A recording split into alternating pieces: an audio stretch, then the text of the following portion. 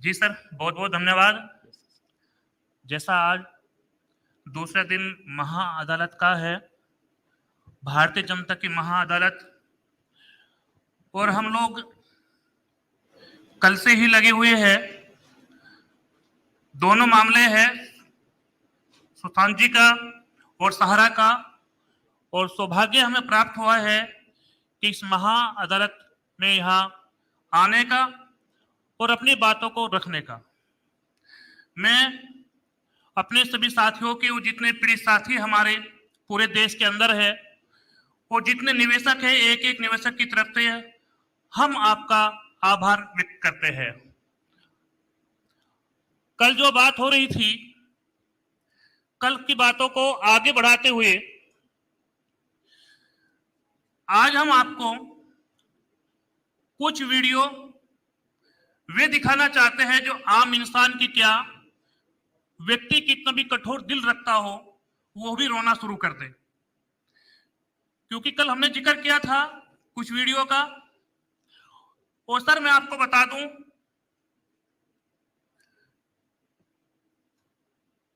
इस देश के अंदर अगर देश का या दुनिया का सबसे बड़ा दर्द है और सबसे बड़ी मुसीबत और परेशानियां है, वो सहारा के निवेशक और सहारा में काम करने वाले एम्प्लॉय और उनके कार्यकर्ता यानी कि उनके एजेंट के सामने है। मैं रिक्वेस्ट करूंगा हमारी जो रांची की वीडियो है उसको प्ले किया जाए। झारखंड रांची।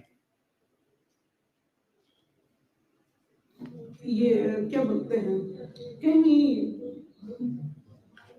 बोल नहीं पा रहे, सोच के यहाँ आए थे, जुड़े थे कि छोटे ही में जैसे मेरे पापा नहीं रहे, और जब हम जाने सहारा को तो लगा कि हमको एक बाप मिल गया, हमको कमाने सिखा रहा है, इसी कमाई से हम अपना घर परिवार चलाने लगे।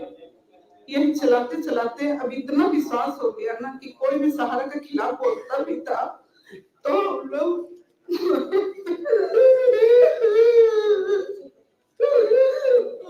थे कि जिसका हम लोग नमक खाए हैं वो हम लोग से इस तरह का कर ही नहीं सकता। यहाँ तक कि अपने पति तक को हम लोग बोलते, हर दिन ये बात हम लोग के बीच में होता था, सहारा के खिलाफ जब भी बोलता था तब हम लोग का लड़ाई होता था, लेकिन हम बोलते। इसके साथ साथ ये दुख है एक एजेंट का, एक कार्यकर्ता का, जिसको सुब्रत राय ने हमेशा कहा है कि एक मेरे परिवार का सदस्य है। क्योंकि हमारा देश एक भावनाओं का देश है। एक साथी बात हो रही थी, बोल रहे थे कि लोग अपना पैसा ऐसी कंपनियों में निवेश क्यों करते हैं।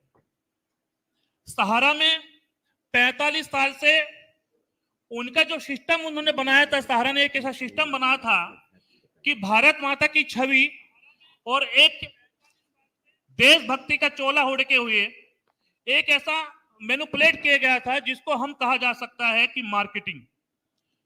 उस मार्केटिंग के तहत जैसे भारतीय इंडियन टीम को सहारा इंडिया के नाम से जाना गया, बहुत सारे जो खेल किए गए, 500 करोड़ रुपए की टीम खरीदी गई, सहारा वॉरियर्स के नाम से आईपीएल चलता था। यानी कि मजबूर हो जाते थे हम लोग उसमें काम करने के लिए और उसमें हम लोग अपना पैसा निवेश कराने के लिए। जैसे कहा कि भारत एक भावनात्मक लोगों का, एक सीधे साधे लोगों का देश है, क्योंकि अधिकतर जनता गांव में बसती है। उसी के चलते ये एक नहीं, ये हजारों के और लाखों की तादाद का दर्द है। लेकिन एक वीडियो में आपको एक ऐसा दिखाना चाहता हूं जो आत्महत्या से पहले शूट किया गया था। कृपया करके वो वीडियो भी प्लीज चलाइए। आत्महत्या से पहले बनाया वीडियो, सहारा इंडिया एजेंट ने बनाया वीडियो। आत्महत्या करने से पहले बताई वजह। निवेशकों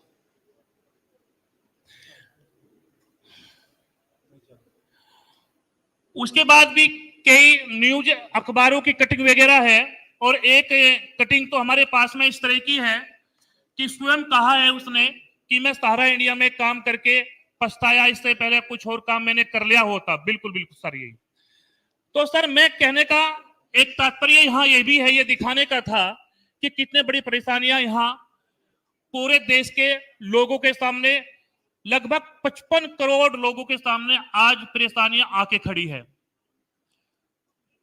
बहुत लोग, खासकर सहारा के जो लोग होते हैं, जिसको हम ज्ञानदान वाले एक समूह बोला जाता है, जिनका काम रोज हर सप्ताह यूट्यूब पर आकर माननीय सुप्रीम कोर्ट की अवहेलना भी की जाती है और तरह तरह की बातें भी की जाती है। मैं उनसे भारत सरकार और सहारा से पूछना चाहता हूं, क्या इन सबसे बड़ा कोई दर्द है? बार बार कहा जाता था कि एम्बार्गो लगा हुआ है, लेकिन सर एम्बार्गो किस चीज का एम्बार्गो? क्या सहारा से पेमेंट करने के लिए ही, जमाकर्ताओं का पैसा वापस करने के लिए ही एम्बार्गो लगा हुआ है? जब एम्बार्गो लगा हुआ था, और हम तो इनके लोगों से यह भी जानना चाहते हैं कि अगर वे यहां पे मौजूद हो, वे सामने आ जाए और विद सबूत वे हमें बताइए उनके सामने क्या परेशानी थी कि आपने जमाकर्ताओं का भुगतान नहीं किया। वे आके सबूत हमें दिखाइए और फिर हम आपको एविडेंस देते हैं।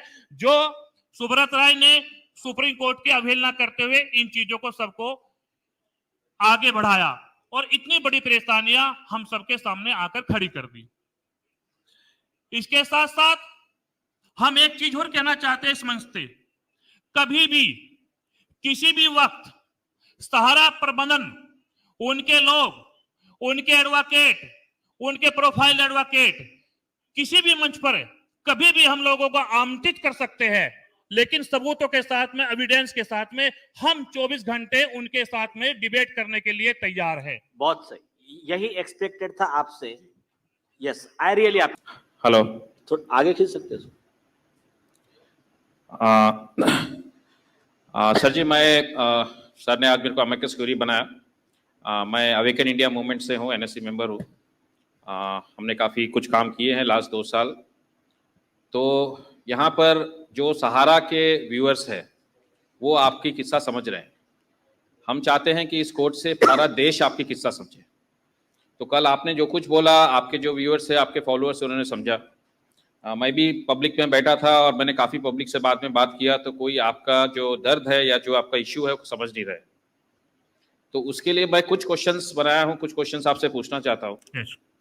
और ये भी होगा, क्या ये कोर्ट है, किसी का फंडामेंटल राइट्स का वायलेशन नहीं होना चाहिए, वो मैं ध्यान रखूंगा। yes. कुछ क्वेश्चन होंगे जो आपको शायद तीखे लगे मेरे तरफ से। तीखे लग सकते, कोई प्रॉब्लम नहीं, कोई बात नहीं, जो सच है उसको कोई प्रॉब्लम। जहां भी ये तीखे लगे, आप जवाब नहीं देना चाहिए तो सर मुझे रोक देंगे।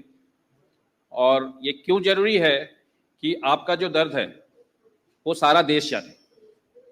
आप लोग एक समूह बन के, एक ग्रुप बन के नहीं, सारा देश जाने, तो सारा देश आपको सपोर्ट करेगा। yes. तो इसके लिए जरूरी है। तो सर जी, आपका नाम आपने बोला नौशाद अली जी। जी सर। आपका नाम कुशवाहा जी, और आपका नाम सर? संजीव मोदी। और एक है आपने वो संजीत मोदी। केशव कुमार चौधरी। अच्छा, अभी मैं पहला क्वेश्चन पूछना चाहता हूं सर जी, क्या आप लोग एजेंट्स हो, क्या आप लोग प्योर निवेशक हो? मैं निवेशक। आप निवेशक है, बाकी लोग? हम निवेशक भी हैं और एजेंट भी हैं। सर यहाँ पे मैं एक चीज कहना चाहता हूं, क्योंकि इसी सवाल का जो ये सवाल किया जाता है हमसे कई अधिकारियों के द्वारा, बहुत अच्छा सवाल है आपका। सहारा इंडिया के अंदर जब भी किसी जमाकर्ता को जोड़ा जाता है, उसको सबसे पहले निवेशक ही बनाया जाता है, यानी कि उसको जमाकर्ता ही बनाया जाता है। वो जमाकर्ता बनकर अपने घर परिवार, आस पड़ोस, रिश्तेदार और गांव या शहर के जिन लोगों से उनकी मुलाकात या उनसे संपर्क होते हैं, उनके वो अकाउंट वगैरह करते हैं। सबसे पहले हम निवेशक है, क्योंकि मेरा खुद 30 से 35 लाख रुपए कुछ सहारा में जमा है। सर जी, दूसरा क्वेश्चन है, आपका पॉइंट समझ गया। क्या इसमें आप 4 जन में से एक प्योर निवेशक है और 3 जन एजेंट कम निवेशक है, या निवेशक कम एजेंट है? बराबर। दूसरा क्वेश्चन मेरा ये है, क्या आपको एज ए एजेंट कितना कमीशन दिया जाता था? हम लोगों को 1% से लेकर 7, 8 और 9% तक कमीशन हम लोगों को दिया जाता था। यानी मिनिमम 1 हाँ, कम से कम 1% से 9% तक और 9% तक का। ओके। तीसरा क्वेश्चन है सर, क्या कल आपने बोला क्या 2 कंपनियां थी जिसमें सेबी ने पैसे वापस दे रहे थे, वो कंपनी का नाम आप बताएंगे सहारा के? जी sir. Sahara India real estate corporation limited और Sahara India Sahara housing investment corporation limited. एक सेकंड, पहला वाला है Sahara India real estate investment corporation limited corporation limited और दूसरा है Sahara housing investment corporation limited. Sahara housing investment corporation limited जी। तो ये 2 में जो पैसे आपके पहले लगे थे और जिसके लिए सेबी का केस हुआ था जो पैसे वापस देने के लिए, सही है? पैसे वापस नहीं किए गए। नहीं किए, नहीं, जिसमें केस हुआ था ये 2 कंपनियां थी, ये 2 कंपनियां थी सहारा में। बिल्कुल। कल आपने सहारा में जुर्म लगाया या इल्जाम लगाया, सॉरी जी।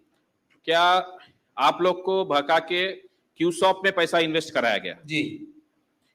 ये क्यूसॉप कभी चालू हुआ, कभी से इन्वेस्टमेंट आपसे कराने लगे? माननीय महोदय, जब सहारा को भनक लग गई कि हमारे पीछे सेबी पड़ गई है, तो वो काफी दिनों पहले एक रजिस्ट्रेशन करा के रखा था। वो गुमराह किया गया था लोगों को कि हम आपका पैसा अगर सेबी के पास चला जाएगा तो आपके जूते घिस जाएंगे, आप पैसे नहीं पाएंगे, पैसा हमारे यहाँ रहेगा और हम आपको अपने यहाँ से देंगे। जिसके बदले में एक प्रलोभन दिया गया सहारा यूनिक प्रोडक्ट रेंज लिमिटेड के नाम से, ताकि आपका पैसा हम लाएंगे और लोगों को जो घरेलू उपयोग की वस्तुएं हम आपको देंगे, इसके बदले में जो मुनाफा आएगा उसका शेयर हम आपको देंगे, जिसमें कोई इंटरेस्ट रेट दर्शाया नहीं गया था। कल आपने बोला था कि क्यूसॉप में 6 साल में पैसा 2.5 गुना किया जाएगा। क्यूसॉप में नहीं सर, सोसाइटी में। एक मिनट, क्लैरिटी दीजिए, देखिए पूरा देश सुन रहा है, आपको क्लैरिटी देना पड़ेगा ये कंपनीज के बारे में, कहां पे से शिफ्ट हुआ। सहारा क्यूसॉप में जो पैसा इन्वेस्टमेंट करवाने की बात कही थी, उसमें 2.26 गुना मिलना था। ओके, कितने साल में? 6 साल में। तो आपको नहीं लगता है कि ये एक एस्ट्रोनॉमिकल फिगर है, ये तो कभी हो नहीं सकता है? सर वैसे तो सहारा की जितनी स्कीमें भी सब पर तो वही इंटरेस्ट था। पहले भी तो आज 64 महीने में डबल क्या स्कीम चली कोऑपरेटिव में, किसी जमाने में 14 साल में 7 गुना का स्कीम चला उसमें, तो स्कीम का हाई इंटरेस्ट होता था तभी तो पब्लिक उसमें आते थे। नहीं, लेकिन कभी आप लोगों को ये नहीं लगा कि सारा दुनिया में अगर 7-8% इंटरेस्ट लग रहा है तो ये एक पॉन्जी स्कीम नहीं है, टोपी घुमाने की स्कीम नहीं है जहां पर पैसे लगा रहे हो? अगर ऐसा सहारा के जितने डिपॉजिटर्स थे, अगर उनको लगता है ऐसा, तो फिर आते ही क्यों? सहारा के मैक्सिमम डिपॉजिटर गांव देहात शहर में रहते हैं और उनको जो एजेंट कन्विंस करते हैं, जो सहारा का अधिकारी कन्विंस करते हैं, वही समझते हैं। तो सर आप एज एन निवेशक बोल रहे हैं, मैं भी एजेंट्स को पूछना चाहता हूं, क्या as an agent Naushad Ali ji और संजीव मोदी जी, आपको ये बताना उचित नहीं था आपके निवेशकों को, क्या ये जो रेट ऑफ इंटरेस्ट दिया जा रहा है ये एक एस्ट्रोनॉमिकल है, ये बैंकों में नहीं मिलती है, ना तो इंडियन बैंक ना प्राइवेट बैंक कोई देती है ऐसी रेट ऑफ इंटरेस्ट, तो ये एक बहुत बड़ा रिस्क है, आप पैसे इसमें लगा रहे हो?